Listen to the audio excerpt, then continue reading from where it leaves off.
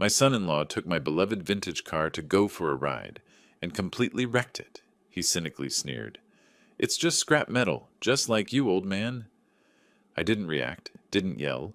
I calmly made one phone call. An hour later, he was calling me, begging me to stop, his voice shaking with panic. But it was too late. Before continuing, subscribe to the channel and write in the comments what time it is in your region right now. 42 years as a judge taught me to recognize evil. I'd sentenced murderers, thieves, con artists, but nothing prepared me for finding it in my own home on Christmas Eve. December 20th. My wife, Isabel, was in the kitchen preparing dinner, moving slowly since her stroke last year. Our daughter Quinn, my son-in-law Brian, and their girls Bridget and Becca had moved in 6 months ago. Just temporary, Dad, Quinn had promised. That should have been my first warning. I should have known better. Quinn walked into the dining room while I set the table. At 38, she wore designer clothes neither she nor Brian could afford. Her phone never left her hand. Dad, you're doing it wrong. Napkins go on the left. I've been setting tables for 67 years. Just move them. She grabbed my carefully folded napkins and tossed them aside. Mom never does anything right either. It's exhausting fixing everything. Isabel appeared with cranberry sauce, her left hand trembling slightly.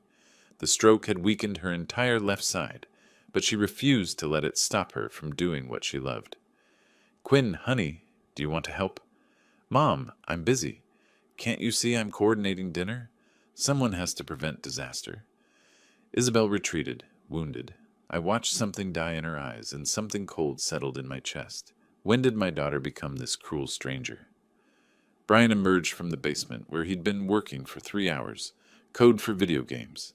My son-in-law slapped my shoulder too hard, his expensive cologne overwhelming. Larry, hope you budgeted for decent wine.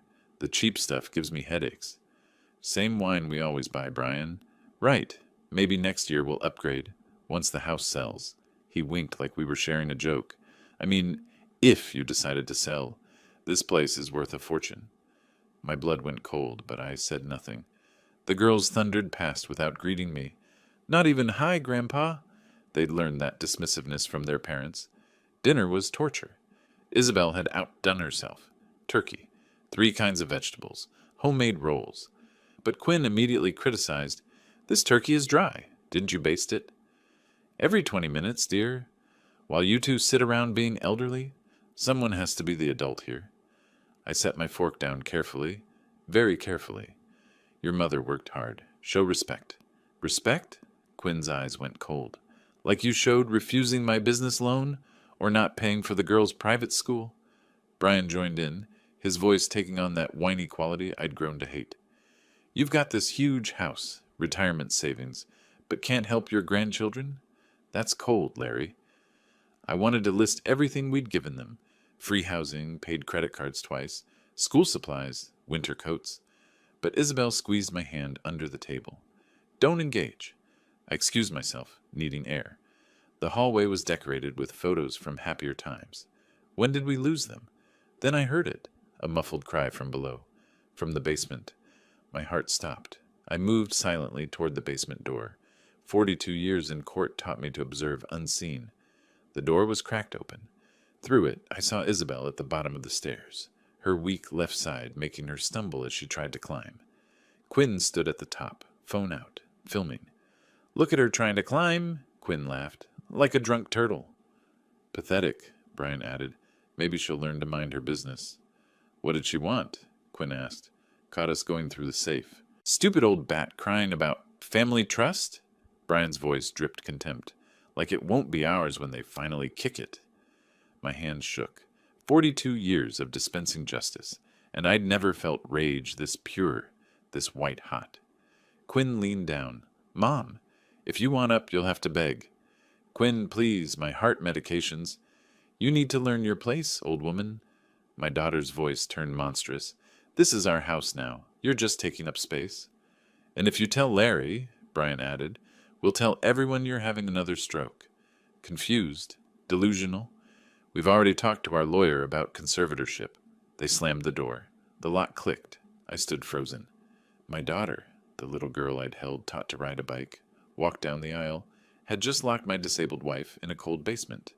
threatened her, discussed our deaths like a business transaction.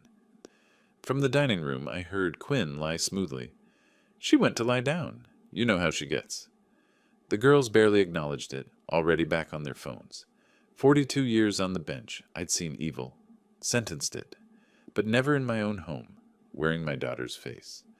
I moved to the basement door, hands steady despite the inferno inside. I had a spare key, paranoia, after Isabel's stroke. The lock clicked softly. I descended, each step measured, controlled. Isabel huddled in the corner, crying quietly, trying not to make noise. When she saw me, her face crumpled. "Larry, I'm sorry." "Shh." I helped her up, felt her trembling. "We're going upstairs, to the guest room. Stay quiet there." "Can you do that?" But Quinn and Brian will think you escaped. Let them wonder. I looked into her frightened eyes. "Do you trust me?" "Always." "Then stay upstairs. Stay quiet. Let me handle this." I settled her in the guest room with medications and water, locked the door from inside. Then I returned downstairs, mind already calculating possibilities. 42 years as a judge. I knew the system. Every loophole, every law, every way to destroy someone who breaks them. The question wasn't if they'd pay. The question was how completely I could dismantle their lives, legally and thoroughly. 10 minutes. That's how long before Quinn realized Isabel wasn't in the basement. I was in my reading chair when I heard her shriek. "Brian, the basement door's open. She's gone." I turned a page slowly. Let them panic. Brian thundered in. "Larry, did you see Isabel? She's not in the basement." I looked up, confused. "The basement? Why would she be there? She can barely manage stairs. We thought maybe she went down for something. During dinner?" I raised an eyebrow, perfected from decades catching witnesses in lies.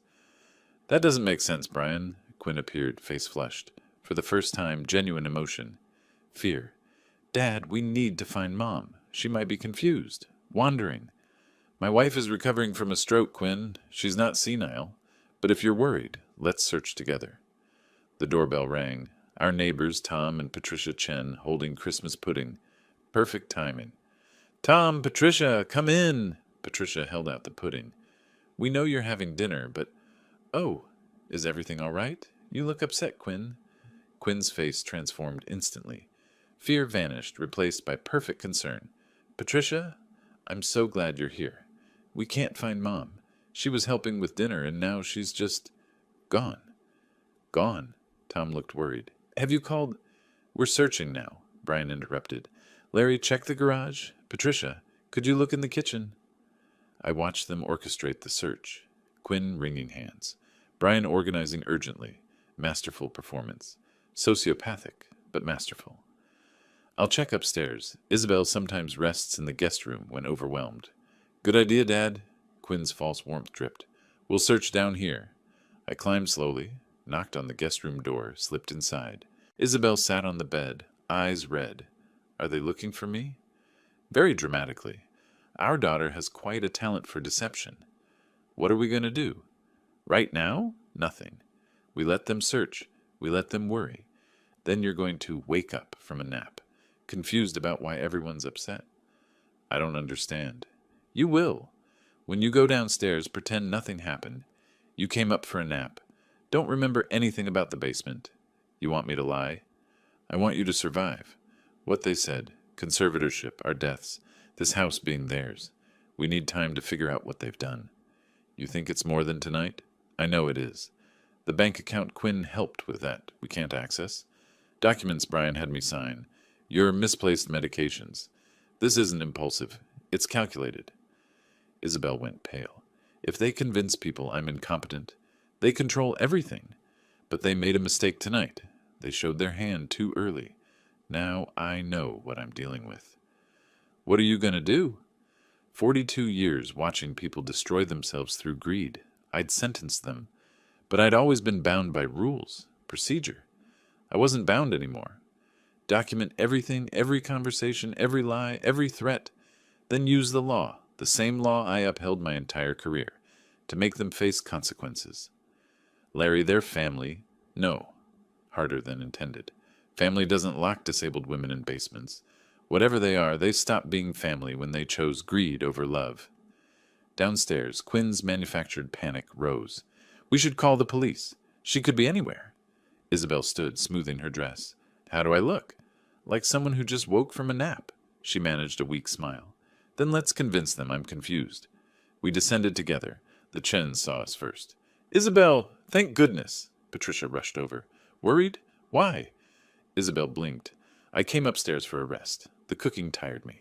Did I miss something? Quinn's face cycled emotions. Relief, anger, frustration, hidden beneath concern. Mom, we thought you were lost. We searched everywhere. Lost? In my own home? Don't be silly. Brian's eyes narrowed, calculating. He knew something was off. Good. Let him wonder. The Chens left, satisfied. Quinn and Brian retreated to their basement apartment. I was grateful for the separate entrance. Room to think. After the girls slept, I sat in my study with a legal pad. At the top, document, investigate, prosecute. I listed everything suspicious from 6 months. Bank account, documents, medications, security system, estate planning interest. Each seemed minor alone. Together, a pattern. Quinn appeared. I flipped the pad face down.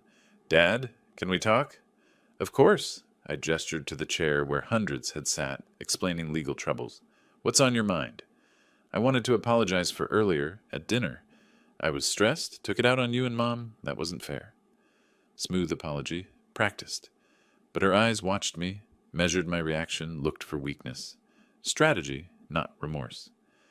We all have bad days. Family means forgiving those moments. Exactly, she leaned forward. That's why I want to help you and Mom more. What if Brian and I took over managing your finances? Just to take the stress off you both. You've worked so hard. You deserve to relax. There it was, the opening move. She actually thought I'd fall for it after tonight. That's thoughtful, Quinn. Let me discuss it with your mother. Of course, no rush. She kissed my cheek, lips cold, and left. I waited until her footsteps faded, flipped the pad back. Under document, 12/20/24, Quinn requests financial control, claims altruistic motives. Timing, same evening as basement incident. Pattern, isolate, control, replace. Not about money alone. Power, control, systematic dismantling of inconvenient obstacles to wealth they felt entitled to. Isabel appeared. I heard her. The apology. Hollow as a drum. What now? Now? I looked at my wife of 43 years. Now we stop being victims. Stop being weak, confused obstacles. Now we remind them who they're dealing with. And who is that? I smiled. Not kind. The smile I'd worn in courtrooms before delivering life-changing sentences. A judge who spent 42 years learning every legal way to destroy lawbreakers. And Quinn and Brian? They just broke so many laws, I'll need a second legal pad to list them all. Isabel placed her hand on my shoulder. I'm scared. Good. Fear keeps you sharp. I covered her hand. But don't be too scared. This time the law isn't abstract. It's personal, and I'm very good at what I do. Outside, snow began to fall, coating Portland in white. Inside, I began planning the most important case of my career. Not as a judge, as a father who'd seen his daughter's true face. You wanted the house, Quinn? You wanted our money? You wanted us gone? Careful what you wish for. In my courtroom now, justice always wins. December 21st, Quinn and Brian left for Christmas shopping, likely spending money they'd stolen. I watched their SUV disappear, then settled into my study with my legal pad and coffee. Time to reconstruct the crime. September, Quinn had shown up, all concern. Dad, I'm worried about your finances. What if something happens and you can't access your accounts? Let me help you set up a joint account for emergencies. It had seemed caring. Isabel was upstairs recovering from her stroke. Quinn had filled out the paperwork while I signed where she pointed. I wrote, September 18th, joint account opened. Quinn primary holder. Discovery. Cannot access funds without her approval. I'd learned that 2 weeks ago trying to buy Isabel's medications. The teller looked embarrassed. This account requires dual authorization for withdrawals over $50.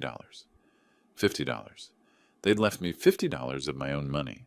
The account held $38,000, my entire retirement bonus. My hand tightened around the pen. Keep documenting. October. Brian had cornered me in the garage with papers. Larry, I've got a tax guy who can save you a fortune.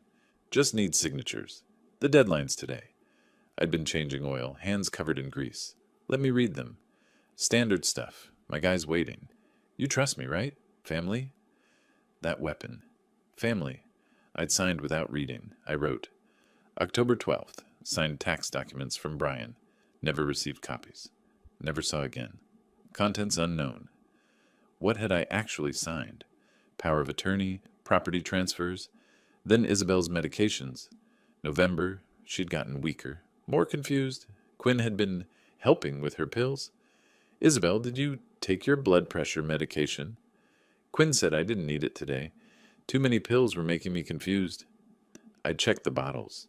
Several prescriptions, missing doses. Her blood thinner, critical after the stroke, barely touched. I wrote, November ongoing. Quinn controlling medications. Creating appearance of incompetence for conservatorship. The pattern was clear. Isolate, control, undermine, make us appear incapable of managing our lives. My phone buzzed. Quinn, getting the girls' clothes. Need another 200? Venmo me? The audacity. I typed back, use the joint account. 3 dots appeared, disappeared.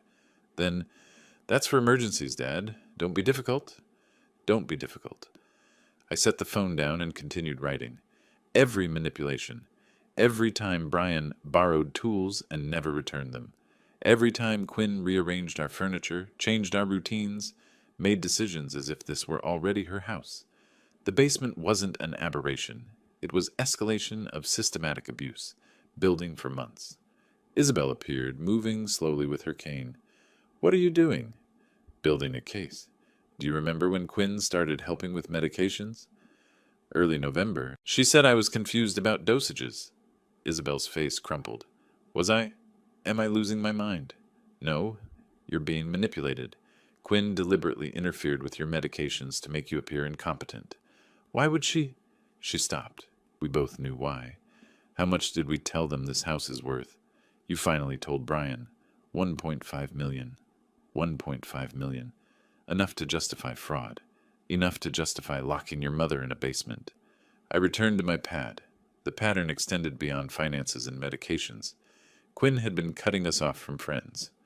The Hendersons called? They're exhausting. I told them you weren't feeling well. Book club? You look tired, Dad. Maybe rest instead. One by one, our connections severed. No witnesses. No one to notice if we became incapacitated. It was textbook elder abuse. I'd seen it in cases before, sentenced people for exactly this. Never imagined I'd be the victim. The front door opened. We're back. Dad, where are you? I closed my pad, slipped it into the drawer. In here. Quinn appeared, shopping bags in hand, smile bright. Best day. Got the girls adorable outfits? Picked up wine for dinner? How much did you spend? Her smile flickered. Why does it matter? It's Christmas. Or are you going to be difficult? There it was. Difficult. Problem. Burden. Training me to accept their narrative. Just curious about how my money is being spent. Your money? Sharp laugh. We're family. What's yours is ours. That's how it works. Or did you forget when you decided I had to be selfish about your grandchildren? Masterful gaslighting. Turn it around. Make me the villain. Of course. Family. She studied me, suspicious, then shrugged. Dinner's at 6. Try to be pleasant. The girls were upset by your attitude yesterday. She left. I pulled out my pad, added, December 21st. Quinn displays zero remorse. Expects continued access. Believes she has complete control. But she didn't. Not anymore. I knew exactly what I was dealing with. 23 days until Christmas. 23 days to build an unbreakable case. They thought I was a confused old man. They were about to learn what a judge with 42 years' experience could do when he decided to prosecute. December 22nd, 9 a.m. The doorbell rang. I answered to find a young man in work clothes holding a toolbox. Mr. Kingston, Sam Warren. Your daughter called about a security system? Come in. I led him inside. Quinn appeared, phone in hand. Sam's making sure you're safe, she announced. With you two getting older, we need proper security. Right, Dad? Safe from what? I suspected the real purpose. More cameras to monitor us, document our supposed incompetence. Very thoughtful. Sam, what are you installing? Motion sensors, few cameras, standard package. He seemed uncomfortable with Quinn hovering. She disappeared upstairs. I brought Sam coffee as he worked. Thanks, Mr. Kingston. Most clients don't bother. I appreciate competence when I see it. Been doing this long? 5 years, mostly residential. Portland's growing. Everyone wants security. We chatted while he positioned a camera mount. Then casually, actually, I think I've seen your daughter before. A few weeks ago downtown. At the notary office on 5th Street. I was doing an install next door. My pulse quickened. I kept my voice neutral. Quinn? At a notary? Yeah, with her husband and... He paused, looking confused. Huh? There was a third person. Guy looked just like you. Same height, same build. I almost waved, but realized it wasn't you. Moved differently. Walked with his shoulders forward. Ice flooded my veins. When was this? Maybe 3 weeks ago? Mid-November? He laughed. Weird coincidence, right? Very weird. Did you hear what they were discussing? Not much. I was outside. But when they came out, I was loading my van. Your daughter and her husband were pretty loud. She said something like, once the old folks are gone, we'll flip this place for 1.5 easy. My hand shook. I set down my coffee mug. Figured she meant an investment property. Sam continued, none of my business. Should I put a camera in the basement? Your daughter mentioned valuables down there. No, basement's fine, just main floors. Someone who looked exactly like me, at a notary office, with Quinn and Brian, 3 weeks ago, they'd hired an impersonator, hired someone to forge my signature on legal documents. Not just financial abuse, criminal fraud, forgery, identity theft. Sam, that notary office, do you remember which one? Phillips and Associates, I think. Yeah, definitely Phillips. Phillips. Youngston Phillips, my old colleague.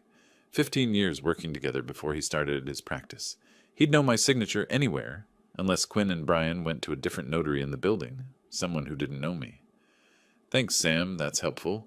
He looked puzzled. Everything okay? Just connecting dots. Part of getting old, seeing patterns everywhere. He smiled and returned to work. I headed to my study, pulling out my phone. I needed to call Youngston, but not from the house. Dad? Quinn's voice from the stairs. Who are you calling? I slipped the phone back. No one. Checking messages. She descended slowly, eyes sharp. Sam seems chatty. What were you talking about? Installation details, camera angles, boring stuff. She studied me. You seem distracted lately. Maybe we should see your doctor. Check for early signs of dementia, of incompetence, building her narrative right in front of me. I feel fine, Quinn. Sharp as ever. That's what everyone says before declining. Mom's stroke came from nowhere, too. These things run in families. False concern dripped from her voice. I just want you taken care of, Dad, before it's too late. Before I could fight back, before I could stop them. I appreciate your concern, but I'm perfectly capable. Of course you are. She patted my arm like I was a child. We'll keep an eye on things. Family takes care of family. After she left, I stood processing. They weren't just stealing. They were constructing a legal framework to justify it. Medical incompetence, financial confusion, the need for protective intervention.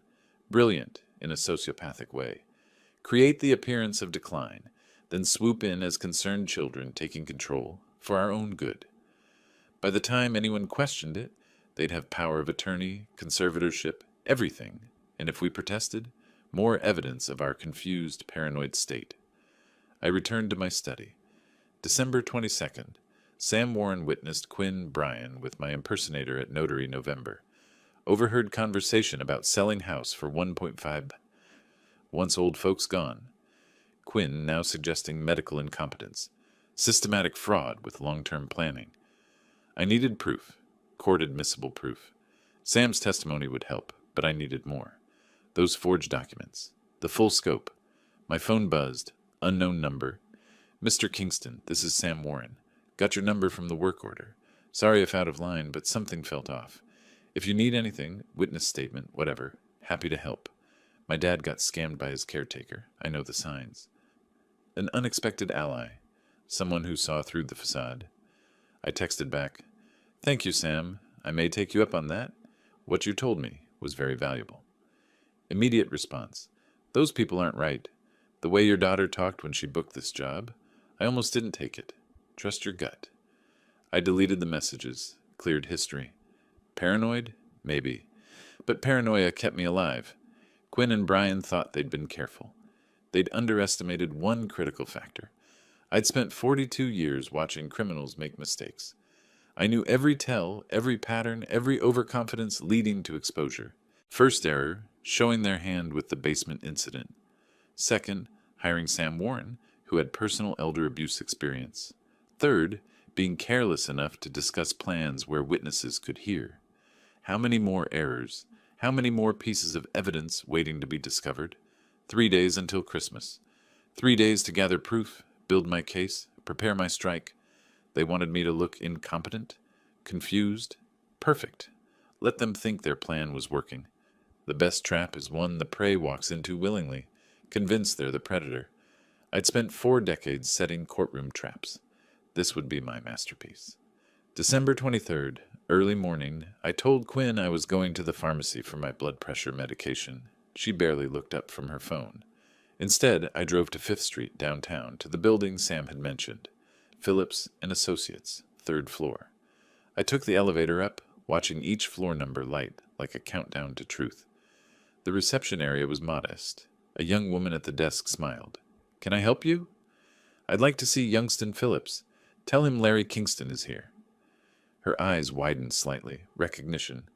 "Mr. Kingston, of course. One moment." 30 seconds later, Youngston emerged from his office. At 58, he'd aged better than me. Less courtroom stress, more golf. But his handshake was firm, his eyes sharp as ever. "Larry, this is unexpected. Come in." His office overlooked the street, walls lined with law books and certificates. We'd worked together for 15 years before he'd left the courthouse to start his notary practice. If anyone could help me navigate this nightmare, it was Youngston. "I need your help," I said, sitting. "And I need your discretion. You have both. What's wrong?" I pulled out my legal pad, pages filled with notes. 3 weeks ago, someone came to this building and signed documents using my name. Documents giving my daughter power of attorney over my finances and property. Youngston's face went pale. "Larry, I know you didn't. You'd have spotted the fake immediately. But there are other notaries in this building." He nodded slowly. "Henderson on the 2nd floor, Martinez on the 1st. What exactly are we talking about?" "Identity fraud, an impersonator. My daughter and son-in-law hired someone to pose as me." I watched his expression shift from shock to professional focus. "I need to see those documents. I need to know exactly what they signed in my name." "This is serious, Larry. Criminal serious." "I know. I've been documenting everything for 3 days." I tapped my notepad. "Financial manipulation, elder abuse, medication interference, and now forgery. I'm building a case, Youngston, but I need proof." He stood, pacing. "Give me an hour. I'll check with Henderson and Martinez quietly. If documents were notarized in your name, I'll get copies." "Thank you." "Larry, if what you're saying is true, your daughter is looking at serious prison time. 5 to 10 years for this level of fraud in Oregon." "I know." My voice was flat. "And she deserves every minute of it." I left his office and walked to a coffee shop across the street. Ordered black coffee I didn't want. Sat by the window where I could see the building entrance. Waited. My phone buzzed. "Quinn, where are you? You've been gone for an hour." I typed back. "Pharmacy was busy. Getting lunch while I'm out." 3 dots appeared. Disappeared. No response. Good. Let her wonder. 45 minutes later, Youngston texted, "Come back up. You need to see this." His face when I entered told me everything. He'd found something bad. Martinez's office. He spread documents across his desk. Notarized November 18th. 3 weeks ago, exactly like your source said. My hands shook as I picked up the first page. Power of attorney, granting Quinn Kingston Dennison complete authority over my financial affairs, property decisions, and medical care. Signed Lawrence Kingston in handwriting that looked similar to mine but wasn't quite right. The loops too large, the pressure too even. "The impersonator practiced," Youngston said quietly. "Good forgery, but not perfect. Look at the driver's license photo Martinez photocopied." The man in the photo looked like me from a distance.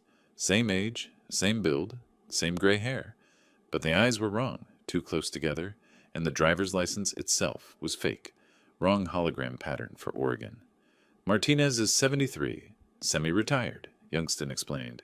Takes simple notarizations to supplement his pension. He probably glanced at the ID for 2 seconds. Never suspected professional fraud. The second document was worse. A pre-signed sale agreement for my house, dated February 15th, 2025. Price, $1.5 million. Seller, Lawrence Kingston. Buyer, TBD. All proceeds to be held in escrow account, controlled by Quinn Kingston Dennison. They were going to sell my house 2 months from now, I said, voice hollow, while I was still alive, still living in it. The third document. Youngston slid it over. This one scares me most. Application for emergency conservatorship. Filed with the county pending review. Grounds, Lawrence Kingston, age 67, shows signs of advanced cognitive decline, financial incompetence, and danger to self and others.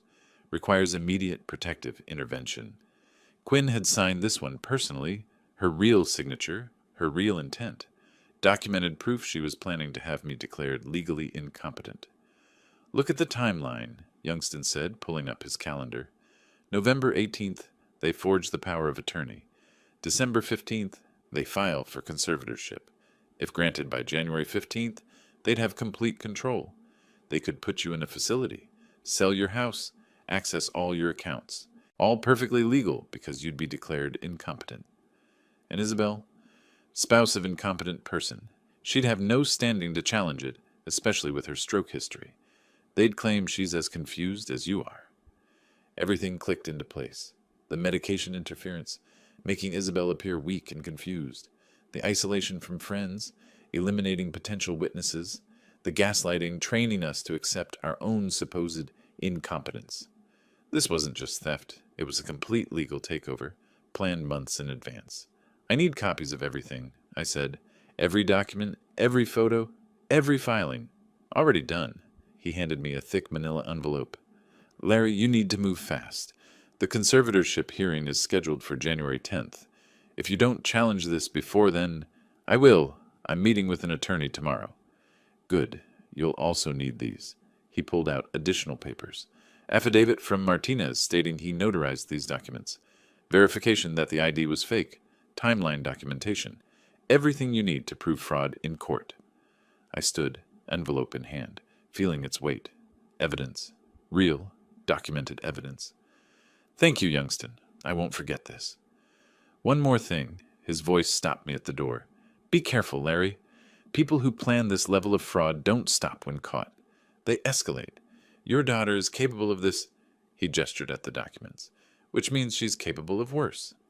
I thought about the basement, the locked door, the casual cruelty, the conversation Sam had overheard about waiting for the old folks to die. I know, I said. That's why I'm not confronting them yet. I'm gathering evidence, building an unbreakable case. When I strike, it'll be swift and complete. Like the old days in court. Exactly like the old days. Christmas Day, December 25th, the day I realized my daughter planned my murder. Morning started with Quinn's fake cheer. Merry Christmas, Dad! The girls are so excited. Bridget, 14, barely glanced from her phone. Becca, 11, ignored us completely. Brian appeared in an expensive sweater I recognized. I'd bought it last year, never worn it. He'd taken it from my closet. Merry Christmas, Larry. Isabel, looking good. He looked at Isabel like she was furniture. Presents were performative. Quinn bought the girls expensive electronics with my money. Brian gave me a cheap golf accessory, drugstore bag, price tag still on. $8.99. I know how much you love golf. I hadn't played in 15 years. He knew that. Another small humiliation. Dinner at 4. Isabel cooked, despite my protests. Turkey, stuffing, traditional sides. Hours of work. Quinn took one bite, grimaced. Mom, did you forget to season this? Completely bland. I followed the same recipe. Maybe that's the problem. Same old recipes from someone who can't taste anymore. Quinn poured salt over everything. There. Fixed it. Isabel's face crumpled. I took her hand under the table. The turkey is perfect, I said firmly. Sure, Dad. Quinn's smile was poison. Though you're having trouble cutting it. Want me to cut your meat, like we do for the girls? Bridget snickered. Becca laughed. Neither understood they were mocking their grandfather's supposed senility. I cut my turkey slowly, deliberately. I can manage. Brian leaned back. So Larry, Quinn, and I have been talking. Time for a serious conversation about the future. You two aren't getting younger. Senior living options. We're living in our home, Isabel said quietly. We're fine. Are you, though? Quinn's voice sharpened. Mom, you can barely walk. Dad forgets things constantly. Last week, he didn't remember what day it was. A lie. I'd asked once if it was Tuesday or Wednesday. She'd twisted it into evidence of decline. I'm 67, not 90, I said. I'm entitled to occasional confusion. It's more than occasional, Brian said. You need help. Real help. Quinn and I want to step in before something bad happens. Before something bad happens. The irony suffocated me. We're managing fine, I said. For now. Quinn cleared plates aggressively. But what happens when Mom has another stroke and you forget to call 911? Or leave the stove on and burn the house down? Creating scenarios. Building narrative. Painting us as dangerous. After dinner, Quinn and Brian retreated to the kitchen. The girls disappeared with electronics. Isabel went to rest, exhausted. I moved toward the kitchen quietly. Quinn's voice carried. So tired of waiting. This is taking forever. Patience, Brian. The documents go into effect mid-January. 6 more weeks. 6 weeks too many. Quinn's frustration was palpable. I'm about ready to just put something in their evening tea and be done with it. They're old, sick. Nobody would question it.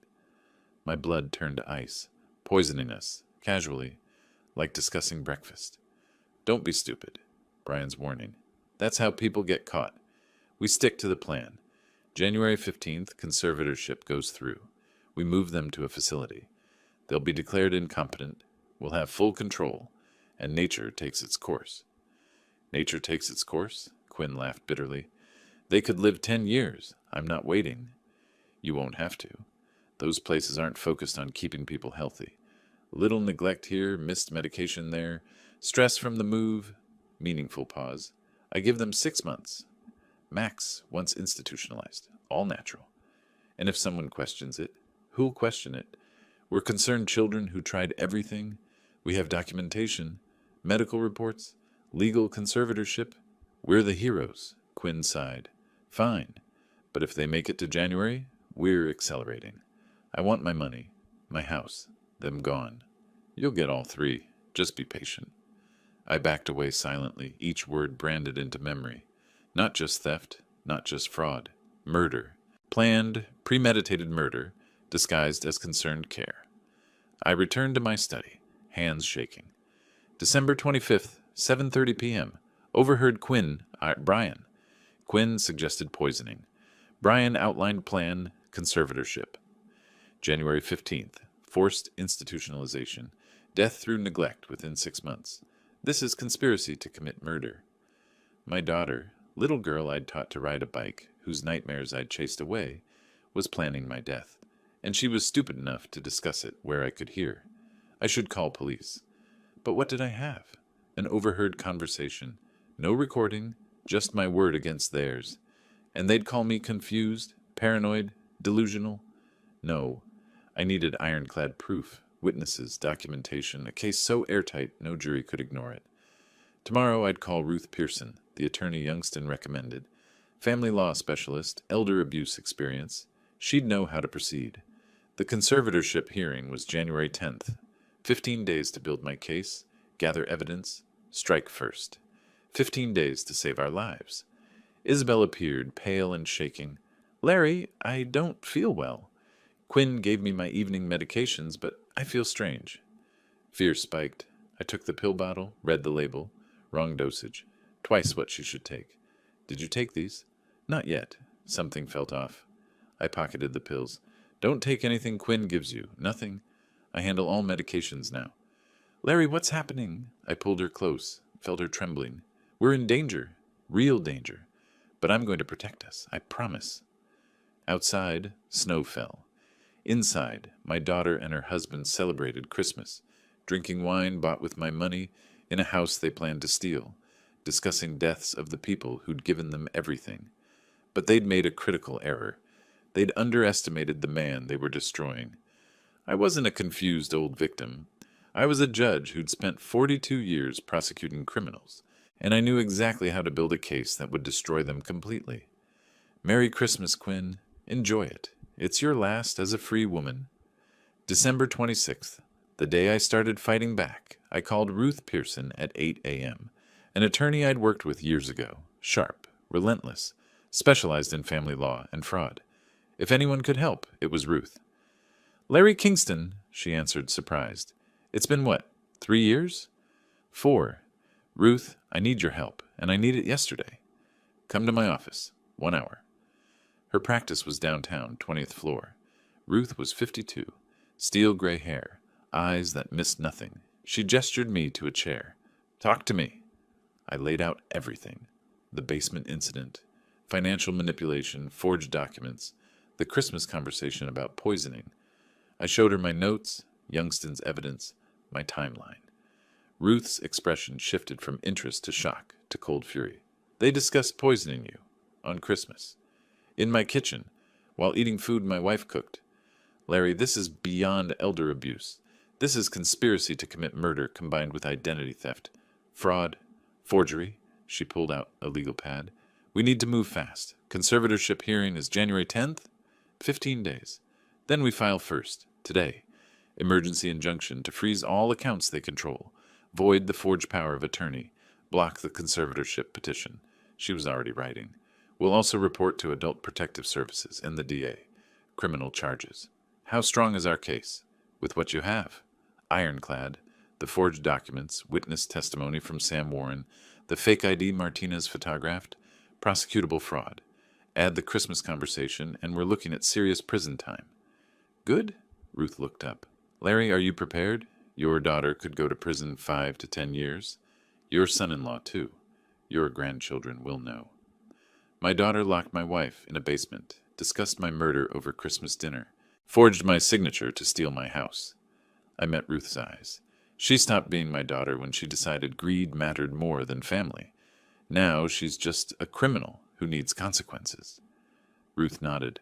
Then let's destroy them legally and completely. We spent 6 hours building the case. Ruth drafted emergency motions, prepared affidavits, compiled evidence. She called a private investigator, Marcus Webb, former FBI. Marcus, she said on speaker, I need you to find an actor. Male, late 60s, hired through a Portland agency in November. He impersonated my client at a notary's office. Give me 2 days, Marcus said. If he's local, I'll find him. 2 days.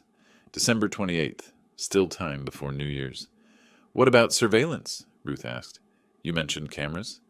Installed them 2 years ago after Isabel's stroke. Wanted to monitor for falls. They don't know. Hidden in smoke detectors, bookshelves, motion activated. Do you have footage of the basement incident? No. Cameras don't cover the basement, but I have footage of every conversation in the living room, kitchen, dining room for 6 months. Ruth's eyes lit up. Everything Quinn and Brian said? Everything. Get me those recordings. All of them. I drove home, downloaded 6 months onto external drives. Hours of Quinn's cruelty, Brian's contempt, systematic gaslighting. Quinn was in the kitchen, on her phone. Where were you all day? Doctor's appointment. Without telling me? Dad, you can't just wander off. What if you got confused? The gaslighting was automatic, reflexive. I'm fine, Quinn. Sure you are. That's why you forgot what day it was. That's why you can't access your bank account. I wanted to tell her I knew everything, but Ruth had been clear. Don't tip them off. You're right, I said, defeat in my voice. I've been having trouble. Her smile was triumphant. That's why Brian and I are here. To help. To help. Like they'd helped with Isabel's medications, my bank access, our social connections. I appreciate that, I lied. December 27th. Marcus Webb called. Found your actor. Richard Calloway, 68, works through Faces Agency. Last November, hired for what he thought was a legal reenactment for a documentary. He'll testify? More. Once I explained he'd been used in identity fraud, he volunteered everything, recorded statement. He's terrified of becoming an accessory. Can we trust him? Completely? He's got paperwork, contract, payment records, texts from the client. It's all there. Ruth incorporated Richard's statement into our filings. The case was coming together perfectly, each piece of evidence supporting the next. December 28th. Ruth called. Everything's ready. We file tomorrow morning. Court will review and issue emergency orders by December 30th. That gives us 10 days before their conservatorship hearing, which will be canceled once the judge sees our evidence. And criminal investigation? Meeting with DA Ellen Morrison tomorrow afternoon. She's tough on elder abuse. She'll fast-track this. Ruth, thank you. Larry, I've known you 15 years. You were one of the best judges I ever argued before. Fair, thorough, impossible to fool. If you say your daughter tried to steal your life, I believe you. And I'm going to make sure she pays. That night, Quinn and Brian went to a party, leaving the girls. Bridget and Becca retreated to their rooms immediately. No good night, no acknowledgement. Isabel sat beside me. Is it really happening? Are we fighting back? Yes. Tomorrow, Ruth files everything. By Monday, accounts will be frozen. They'll be furious. Let them. Fury makes people careless. Larry, what if they hurt us? Before the court stops them? Fair question. Cornered criminals were dangerous. Quinn had discussed poisoning. Starting tonight, I said quietly, we don't eat or drink anything they prepare. We keep our bedroom locked. We're careful. For a few more days, until the law protects us. I'm scared. Me too. But I'm angrier than I am scared, and anger is powerful. Through the window, snow fell, coating Portland in white. Inside, the girls upstairs, music loud, oblivious to the coming storm. Quinn and Brian thought they'd won, thought they'd checkmated us. They'd forgotten one crucial detail. I'd spent 42 years studying how criminals think, how they make mistakes, how to build cases that destroy them. Tomorrow, the counterattack began. Tomorrow, they'd learn what it meant to threaten a judge. December 30th, 9:47 a.m., Ruth called. It's done. Emergency orders signed. All accounts frozen effective immediately. Conservatorship hearing canceled. Preliminary criminal investigation opened. How long until Quinn finds out? She probably already knows. Banks move fast. 15 minutes later, Quinn stormed in, Brian behind her, her face red, eyes wild. What did you do? She screamed. The bank blocked my cards. They said there's a court order. I stood slowly from my chair. Let the moment build. I protected myself and your mother from fraud. Fraud? Fraud? I'm trying to help you. You're confused, incompetent, and I'm trying to save you. No, Quinn. You're trying to steal my house and kill me through neglect. There's a difference. Silence. Her face cycled through shock, rage, calculation. Brian stepped forward, trying intimidation. Larry, you don't know what you're talking about. You're confused. This is exactly why we need conservatorship. I have recordings. Christmas Day, kitchen. Put something in their evening tea. 6 months, max, once they're institutionalized. Want me to play them? Brian went pale. Quinn's mouth opened, closed. You recorded us. That's illegal. Oregon is one-party consent. My house, my recordings. Completely legal, and very incriminating. I handed them the court documents. Watched Quinn's hands shake. Emergency injunction, forged power of attorney, identity theft, elder financial abuse, criminal investigation. You hired an actor to impersonate me, I continued. November 18th, Martinez Notary Services. He's given a full statement. The fake ID was photographed. Your plan is documented. Brian grabbed the papers, scanning desperately. His bluster evaporated. This is... you can't prove... Steal $1.5 million while planning my death? Yes, I can. And now you face consequences. Quinn's face transformed. The mask shattered. Pure venom emerged. You selfish old man. After everything we've done for you, we moved in, took care of you, put our lives on hold. You moved in because you were broke and saw an opportunity. You controlled my finances so I couldn't stop you. You manipulated Isabel's medications. You forged my signature. These aren't interpretations. These are facts. Documented. Witnessed. Provable. I'm your daughter. My daughter died the day she locked her mother in a basement. You're just a criminal wearing her face. She stumbled back like I'd hit her. Brian caught her arm. You'll regret this, he snarled. We have lawyers. We'll prove you're incompetent, making this up because you're senile and paranoid. Then explain the actor, and the forged signatures, and the fake ID, and the notary's testimony, and the recordings. I let each point land. Good luck with that defense. You have 48 hours to vacate, I said. Court order. If you're still here January 1st, the sheriff removes you. This is our home, Quinn shouted. The girl's home. You can't throw us out. It's my home, my deed, my property. You were guests who became criminals. Now you're trespassers with an eviction notice. Brian's face went red. We'll make your life miserable. Every moment we're here. Threaten me? I pulled out my phone, started recording. Please continue. My attorney would love more evidence. He deflated. Quinn tried tears. Face crumpling. Voice breaking. Daddy, please. I made mistakes, but I'm your little girl. Remember when I was small? We were so close. I love you. We can fix this. You discussed poisoning my tea. You planned my death. There's no fixing that. Only consequences. The tears vanished. The mask shattered completely. Fine. Fine. We'll leave. But you'll regret this. When you're old and alone and dying with nobody who cares, remember you did this. No, I said quietly. You chose this. I'm just making sure you face what you earned. They left. I heard them upstairs, shouting, throwing things. The girls asking what happened. Quinn screaming about ungrateful grandparents. Doors slamming. Chaos. Isabel appeared from the kitchen, pale. Is it really over? Not yet. They have 2 days to leave. Then criminal trial. Then civil suits to recover stolen money. But the worst is over. We're safe. What you said to her? My daughter died that day. Did you mean it? I thought about the little girl who used to hold my hand, who'd bring me dandelions and call them flowers, who'd fall asleep on my shoulder. That girl is gone, I said. I don't know when she died. Maybe gradually, maybe all at once. But the woman upstairs isn't her, and I won't pretend she is. Through the ceiling, Quinn and Brian argued, packed, made calls. Probably to lawyers, though no lawyer could save them. The evidence was too strong. My phone buzzed. Ruth? D.A. Morrison fast-tracking. Arrest warrants within a week. Formal charges. Identity theft, forgery, fraud, elder financial abuse, conspiracy. Combined 8 to 10 years minimum. I texted back. Good. Isabel cried quietly, leaning against me. Not sad tears. Relief tears. We're really safe, she whispered. We're really safe. Outside, night fell. Inside, chaos reigned upstairs as Quinn and Brian faced destruction of their plans. I'd spent my career believing in justice, in law as a tool to protect the innocent and punish the guilty.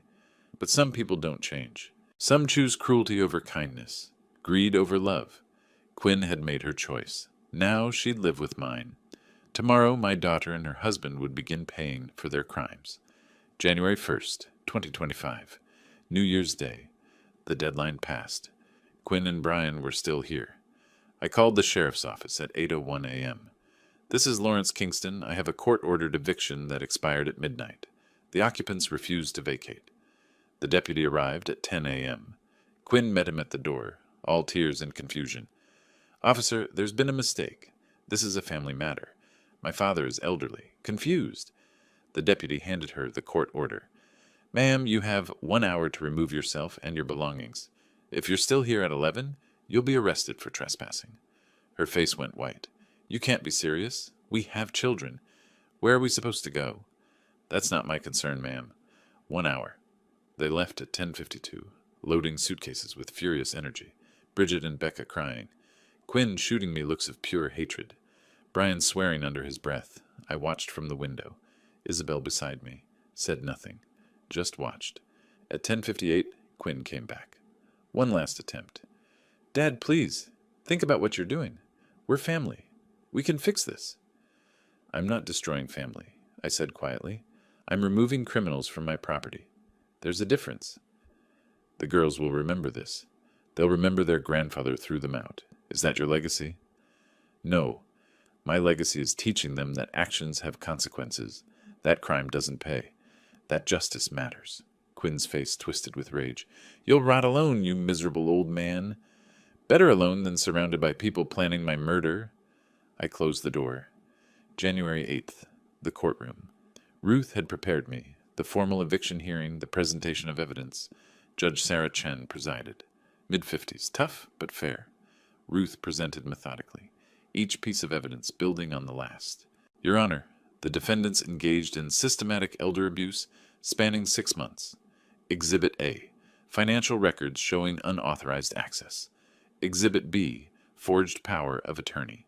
Exhibit C, testimony from notary Martinez confirming impersonation fraud. Exhibit D, recorded statement from actor Richard Calloway. She played the Christmas recording. Quinn's voice, cold and clear, put something in their evening tea. Judge Chen's expression hardened. Ruth continued.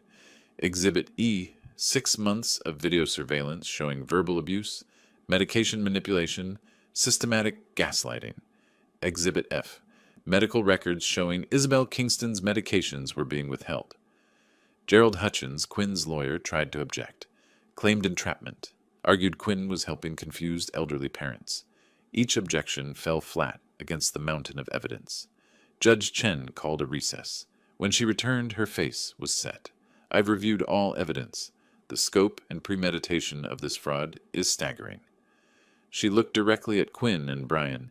You didn't just steal money. You orchestrated a scheme to legally steal your parents' home, control their lives, and potentially cause their deaths through neglect. Quinn tried to speak. Your Honor, you'll have your chance in criminal court. This is about eviction and asset recovery. Judge Chen turned to her clerk. I'm ruling in favor of the plaintiff on all counts. Immediate eviction upheld. All funds must be returned within 30 days. Criminal investigation to proceed. Additionally, I'm forwarding this to the DA with a recommendation for maximum prosecution. She looked at Quinn again. In 42 years on the bench, I've seen many types of fraud. This is one of the most calculated and cruel. You targeted your own parents. You planned their deaths. The law will hold you accountable. The gavel fell. Quinn collapsed into sobs. Brian sat stunned, ashen. Their lawyer looked defeated. Deputies escorted them out. As Quinn passed, she looked at me one last time. The hatred was there, but underneath, something else. Fear. The realization that this was real, that her carefully constructed life was over. Outside the courtroom, Bridget and Becca waited with a woman I didn't recognize, Brian's sister, taking temporary custody. The girls looked at me with confusion and anger. Grandpa made Mommy cry, Becca said. No, honey, the aunt said quietly, glancing at me. Your mommy made choices. Bad choices. Now she has to face them. Isabel and I drove home in silence. When we pulled into our driveway, our house, finally ours again, she started crying. It's really over, she said. We're safe. We're safe. That evening, Ruth called with final numbers. Quinn and Brian took $82,000 from your accounts over 6 months. They'll repay every cent, plus legal fees. Total damages, approximately $115,000.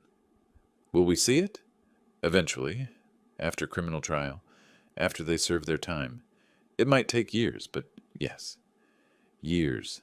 They'd be in prison for years. Quinn, my daughter, the little girl who used to bring me drawings. I looked at the photo on our mantel. Quinn at age 5, gap-toothed smile, holding my hand at the zoo.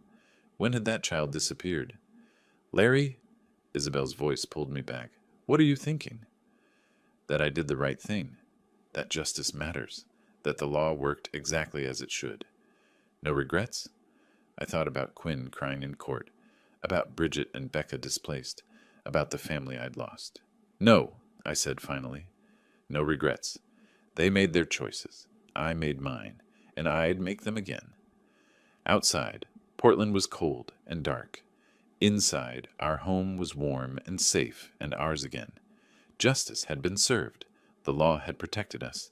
The system had worked, and tomorrow, the next phase would begin. The criminal trial that would ensure Quinn and Brian paid for every crime they'd committed. January 15th, 2 weeks after eviction, the DA filed formal charges. Ruth read them over the phone. Identity theft, forgery, financial fraud, elder abuse, conspiracy to commit fraud, attempted theft of property. Combined sentencing guidelines, 8 to 12 years. When's the trial?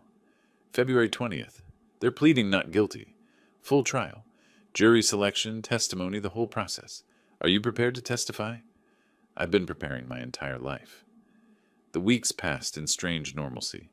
Isabel and I reclaimed our home, our routines, our peace. Changed the locks.